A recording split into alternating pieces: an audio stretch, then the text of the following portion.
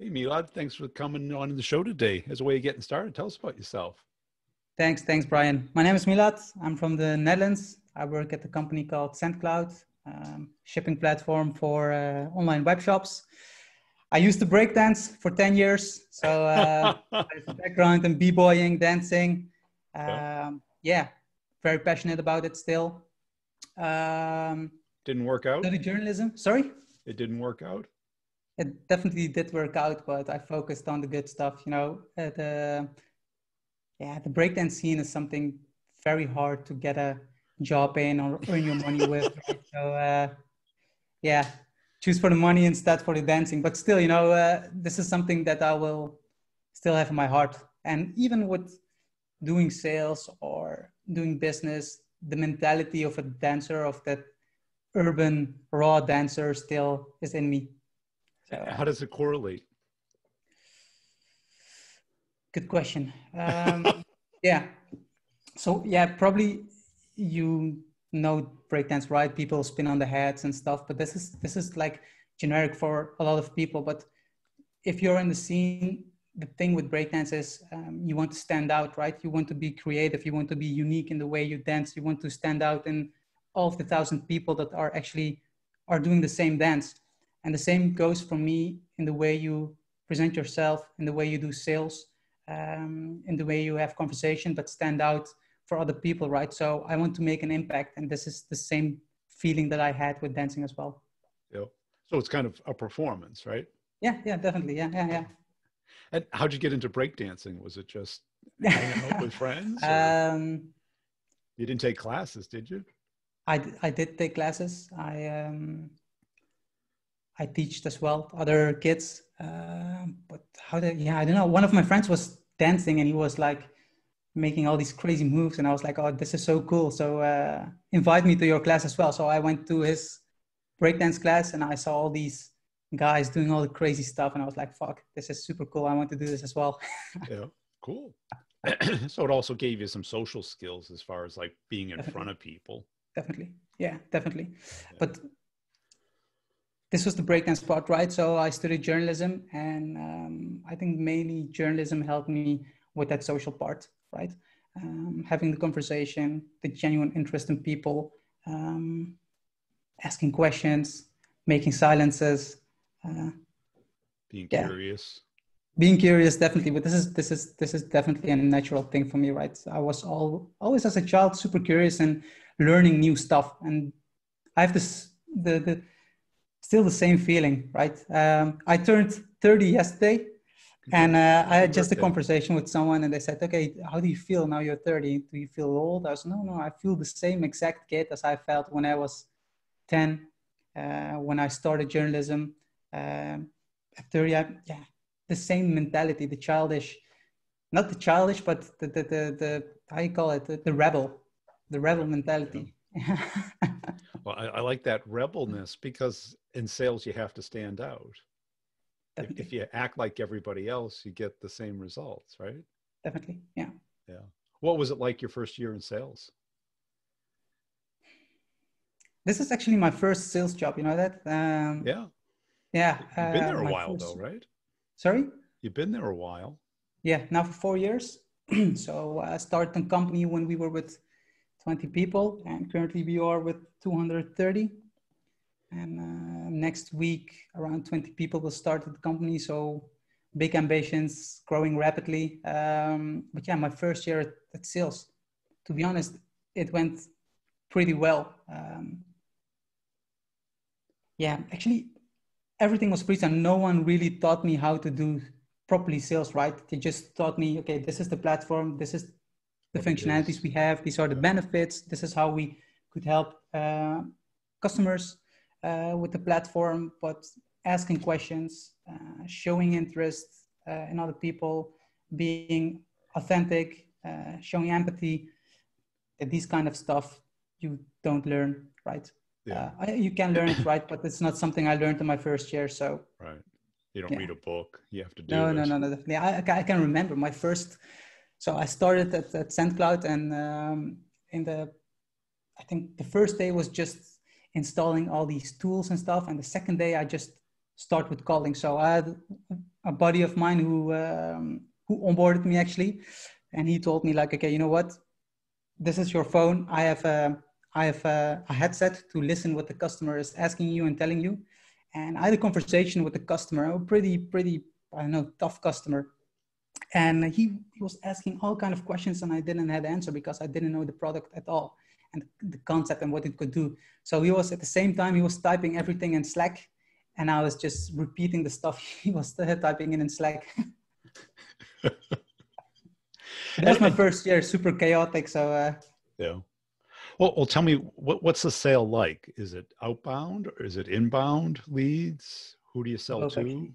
So inbound and outbound both. So we have a luxurious position that we have a lot of inbound sales. But I started in April in SendCloud, a small division we call the enterprise team. So one of my colleagues and me and one of my other colleagues, we are with the three of us. We are setting up actually the whole enterprise team.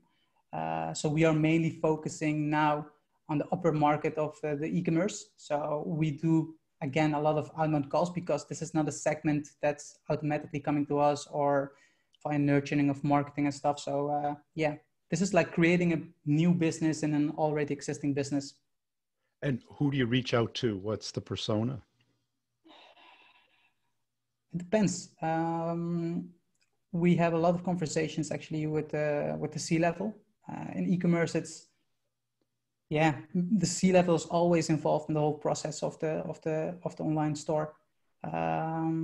C-level, or it is like e-commerce directors or e-commerce logistics managers, IT directors. So people who are actually involved on the whole process of the e-commerce sector in their business. And are you replacing what they're doing now, right? Or how they're doing it now? Yeah, so we are replacing or improving, upgrading their current systems. So, or we are just an add-on on their current process. So SendCloud offers, to give you a quick pitch, SendCloud offers a shipping tool for online stores, and we help them with optimizing their shipping process. So we help them actually with extra carriers, checkout functionalities, track and trace emails, returns, and all that stuff. So the CEO cares but doesn't really get involved in it, right? It's more on the CEO or the CTO. Yeah.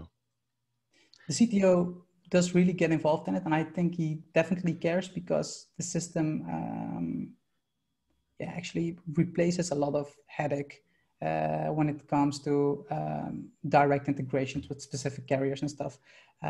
So the CTO definitely cares, and one of the, I think in the top 3 conversations that we have, the first one is most of the cases with the e-commerce manager, but the second and third conversation is always with someone from the IT department.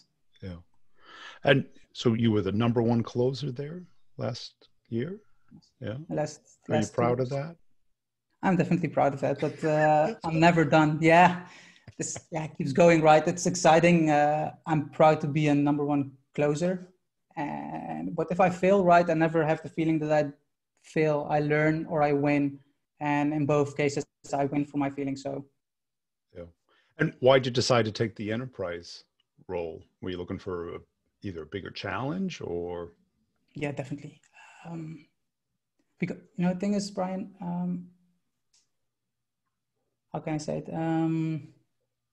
I was looking for something challenging, of course, but there is a lot of potential in SendCloud, and I already saw it. And this was something I saw already last year, and I was, trying to close all these big deals that were not mainly our focus. So one of the founders told me as well, hey, Milot, don't focus on these big deals. We can't close them. They are not fitting our business. I was like, yes, of course they do. Let me try it, right, at least. So they were not really agreeing, but I managed to close a few big customers. And that was last year, and this year in April, I told them like, we should really focus on this enterprise segment because I definitely think going up market is something we as SendCloud can manage to do. And this is what we're doing right now. So yeah, I have all the freedom to work with. I have even the CEO in my team. So he's doing some cold calls or cold emails, doing the first conversations with customers. So that's really cool. Yeah. And what do you think made you so successful last year?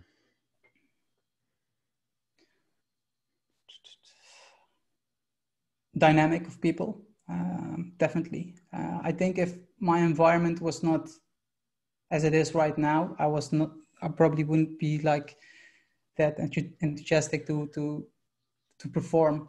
This is one thing. I want to inspire my colleagues. I want to, yeah, be a good example.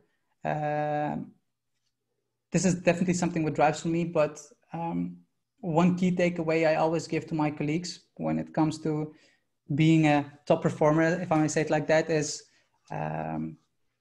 try to get knowledge as much as possible, right? I don't only focus on the platform. I don't only focus on the screen that I have. I try to be involved in everything that happens in the market, but I really try to be genuinely interested in other people. So if I talk with customers or C-level people, I don't just do it for the main reason to close them or something. This is not my top priority for when I have the conversation with them. My main priority actually is, this may be someone useful for yourself in the longer term, right? Not maybe just per se on closing the deal, but this could be a potential partner of yours. This could be like a potential interesting person that could even like help your business to grow, right? So this is something I do. I invest time in people, not by per se bonding with them, but learn from them and teach them stuff as well. So knowledge sharing is, for me, super important. Learn stuff, teach stuff, and make people around you better as well. And you feel that's different than bonding, or is just a different way to bond? Yeah, bonding. Yeah, of course. You can bond with people by just talking chit chat about random stuff, right? Yeah. I do that as well, not per se that much, but yeah, it's maybe, yeah, of course, it's different. I think it's on another moment. Some people don't appreciate, right, to have these kind of conversations a lot. So timing is important as well. But this is definitely something that helped me. Yeah, because a lot of people are very direct, and there's a lot of people who don't think likability or being liked matters. Yeah, yeah, true. Especially Dutch people, man. Dutch people are super direct. Are they? Yeah. But business or no business, right? Well, yeah, they are until you talk about what they care about. Definitely. Right? And then they're not all business. They're all about their business. Yeah. Not your business, right? So if you talk about their business, and I think that's what a lot of reps don't get, because if you talk about your business, boring. Mm-hmm. I don't need it. No, of course. Yeah. So that's it, right? And you're right. There is a layer that you need to penetrate. And this is the fun part as well. So some of my customers that I talk to are really, super quiet, or they just give a short answer on the question that you ask, right? But I see it as a puzzle for myself, as a challenge actually to penetrate that first layer, to have I see that part more as a challenge than per se closing the deal. Trying to be in the comfort zone of that customer actually, but that he lets me in, and to have like a proper conversation with someone and understanding actually their business.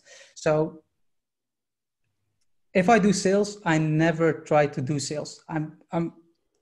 I hate actually doing it, right? I hate to sell stuff to people. Understand what I mean with that? Well, what I heard was like the things like presenting, demoing, talking about what it is, how it works, why they need it, as opposed to talking about their business, what's working, what's not working, what could be better. Yeah. Did I get it? Yeah, definitely. Yeah. Definitely. Because, right. And I think every reps are trained on what it is, how does it work, how it impacts you. But then you're putting into a transaction. We need it, we don't need it.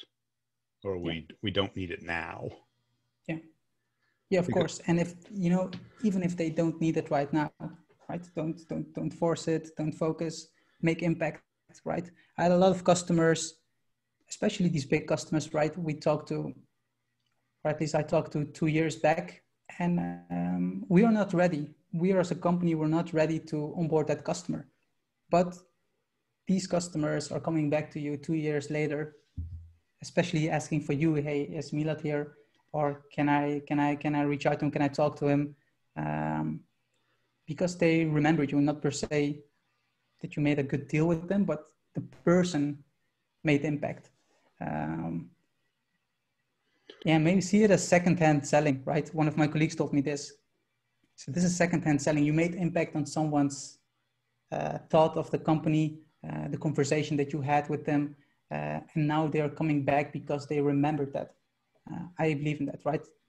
Well, Not a single phone. Sorry. The most core thing that everybody wants is to be understood, because nobody cares.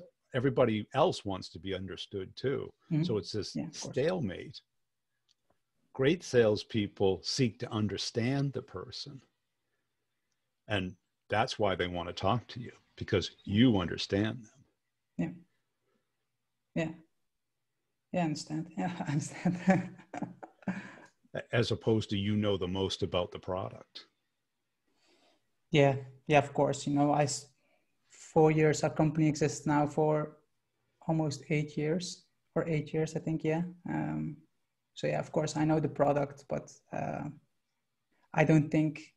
really don't think that's the main reason why things are going well. Right. Of course it helps. It helps because there's probably other people in the office that have equal understanding of the product. Yeah. And other people at the offices are amazing, man.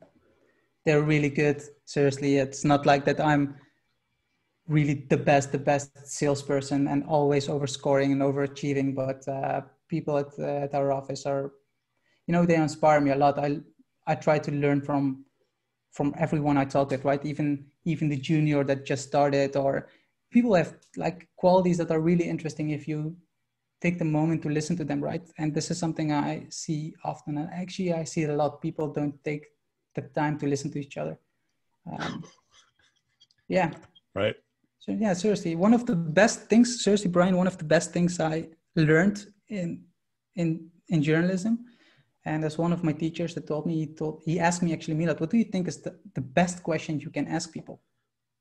And I was like, I don't know why or how or what. So no. And I asked him, what is then the best question? Silence.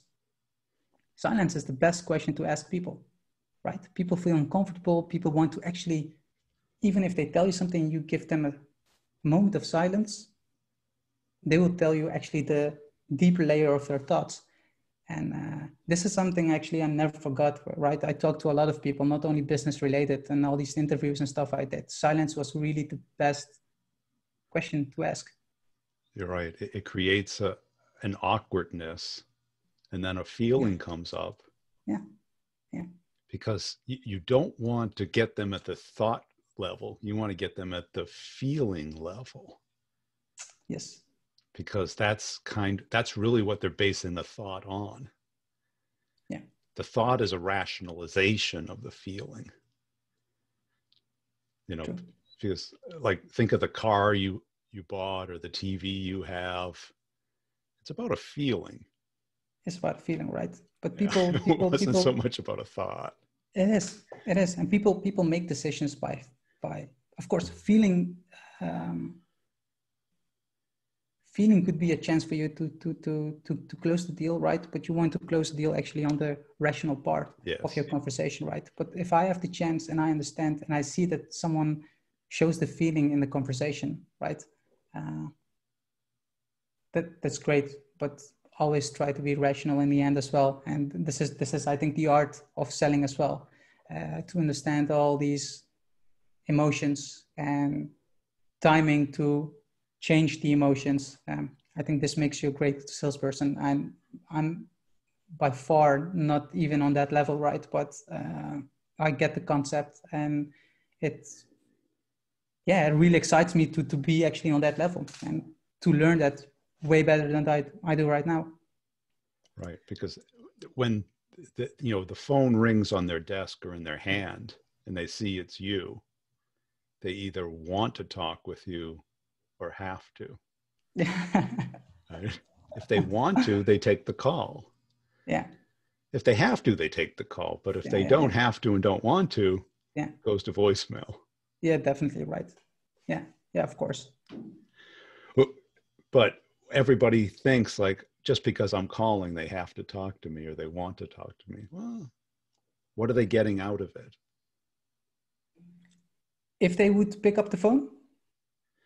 But you want them to want to talk with you. Yeah, definitely. Yeah, of course. Of course. And it's not always like, sometimes it's just like like for instance, for today, just a customer, right? I didn't talk to, not even customer, prospect. I was just genuinely wondering how he was doing. What he was migrating to us from one system to another system, right? And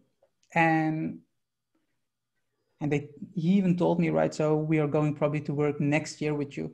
And I was just thinking of him because I saw something, I don't know why, on LinkedIn, or so I just called him, asked him for an update. The whole conversation was 2 minutes, but he really respected the fact that I called him. He thanked me for that, right? Just asking, and I offered him my help if he needed my help. So just, these random things to, again, to let people remember you. Right. Because even when you call a friend, Mm-hmm. Sometimes it's to update and make arrangements, but sometimes it's just to communicate. Yeah. Yeah. Yeah, definitely. Yeah. Because that's cool. It feels good to express emotions, anger, disappointment, excitement. Yeah. And it's good for someone to hear that. Because that's the bonding part. Yeah. Yeah. I completely understand. But how do you do it yourself then, actually? So you had 25 experience in sales, right? How did you actually took care of this part? Well, my background was a little bit different. I was an engineer. Mm. So I wasn't a talker. But what I did was I said, why don't I come up with great questions so I don't have to talk? And I turn it into a game. It's like, how long can I go without telling them anything about me? Why? Because they would tell me about them. And what ended up happening is a lot like what you did. They would talk for a half hour or an hour meeting would go on for 2 hours, then go to lunch. And then they would tell me, well, you're really interesting. I go, I didn't say a word. I just asked you about you. Like, you went to that school. Why'd you go to that school? Yeah. Did it work out the way you expected? Why'd you come here? Yeah. Are you happy in your current role, or do you feel, unfulfilled? Where do you see your career going? Because what I learned was everybody wants to talk about their career. Yeah, of course. Yeah. Because they're working. Yeah. And, how many people are, ecstatic exactly where they are? They all have aspirations, things they like, things they don't like. And see, because I couldn't talk about sports, you don't want to talk about politics. The weather you can only talk about for 5 minutes. But you can talk about their career forever. Yeah. I think the best people actually to have proper conversations with is people that ask questions as well, right? Yeah. To go more in depth, because people that just only talk about themselves are, I know, depends per person, of course, but the same people actually that don't tend to listen, or maybe don't show interest in other people, but don't learn other stuff as well, because they only focus on themselves. So I cherry pick, of course, the people as well that I want to talk with sometimes, and to have a proper conversation with. Yeah, I know. How do your colleagues view this? Mm-hmm. Do they envy it, or do they see it as a waste of time? Or no, I don't think they see it as a waste of time. To be honest, I don't know. And actually, I don't care. No, yeah. This seriously, Brian, I don't know how to explain it, but this is the main part why excites me so much. You know, this whole thing of doing sales is the chance to talk with people, to learn from people, right? I see it as a waste if I don't learn anything from it, right? Then I see it as a waste. And I see it as a waste of time. But inspiration is free in this part, right? Having a conversation with someone is free. Of course, you're maybe wasting your time, but it totally depends on how your mindset is in this. So yeah, of course, maybe my colleagues think, hey, you are spending too much time on having these kind of conversations. But again, not about random chit-chatting, but investing time and learning from someone, teaching someone, and make it a long-term collaboration instead of a short win and then forget about people. This is definitely not the mindset I have. So I don't know if they see it this way. Yeah, of course they see the results. They're trying to learn from it as well. But yeah, I don't know if it's not for everyone that interesting as it's probably for me. So. Right. And I see a lot of companies going the other direction, because, we used to do a lot of on-site face-to-face selling. Mm-hmm. And that was for this exact purpose, is to understand what the other people are up against, what they want to accomplish, and build trust. Mm-hmm. So that you're not looked at as just something in a catalog that you have to do a proof of concept with and have a beauty contest. That communication, that's why bots, they work at the very commoditized, where the product is known and it comes down to just cost or a particular feature.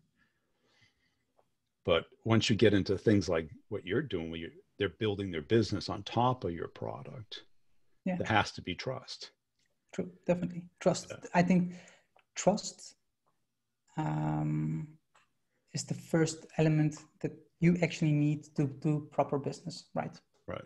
If there is no trust, people buy people, right? This is something I learned from our VP, Johnny. He told me, people buy people, and that's true. That's really something I'm seeing, right? If the people connection in the beginning is good, then the business part will be good as well. Our product is definitely not per se the best or number one in the market. I even tell it to customers, but I try to sell our company. I try to sell actually myself, as if I might say it like that. I try to convince them with a great experience to work with a certain company. This is something I mainly try to do, instead of, you should use this feature, this will save you that much time or money, or et cetera, et cetera. This is important, definitely important, but not the main element of my conversation or collaboration with a customer. Yeah, because trust becomes the bandwidth of communication. Yeah. Low trust, tight bandwidth, they don't believe, they have to test everything. Yeah. And think about it like a personal trainer. Anybody can count to 12 and give you weights and tell you to do more, mm-hmm. right? But when you trust somebody that they have your best interest in mind, mm-hmm. you bond with them. Yeah. And you do it because you trust them. Of course. And they let you discover areas that you didn't think of, right? They help you to get outside of that box. So trust is definitely important. Where do we see the breakdancing? Is it on YouTube, or is it? The breakdancing, proof? I don't know. I don't know if it's still on YouTube. I don't know, man, to be honest. Yeah. I'll have to work it into the video. Hey, I appreciate your time today. Where can people go to connect with you? They can go to LinkedIn. They can search for Milad Kasigar. Hard name, but maybe you can write it down in your YouTube video. And definitely visit our site, sandcloud.com. Check us on LinkedIn, and shout out to SandCloud as well. So thanks, Brian, for this opportunity. I really appreciate it.